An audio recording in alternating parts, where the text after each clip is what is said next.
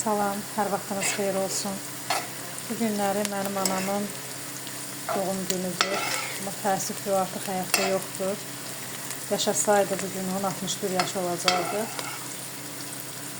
Bu günləri də onun adına aşqara və halva bişiririk. Gördüyünüz kimi soğanı dağ eləyirik. Gördüyünüz kimi düyünü burada suda ıslatmışıq. Bu bizim şabalıqlarımız. Burada kişmişdi. Suya koymuşam ki bütün tozu ne varsa yuyulsun. Burada da al buxara ilə ərik, yəni qaysıdır. Burada ise gördüğünüz gibi etimiz qaynayır. Və niyyət eləyib bunu anamın ehsanı üçün bişirirəm. Hazır formasında paylaşacağım.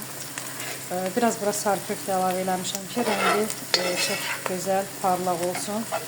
Ondan sonra ise inşallah hazır olduktan sonra ise qablaşdırıb, yəni həm də Ramazan ərəfəsinə düşdüyünə görə imkan daxilində insanlara paylayacağıq. Allah qəbul eləsin, Allah mənim anamın məkanı cənnət eləsin, ruhunu şad eləsin. O çox gözəl insan idi, çox mərhəmətli idi. Həmişə məzlum insanların, həmişə hər kəsə, yəni əlindən gəldiyi qədər kömək edə bilən insan idi.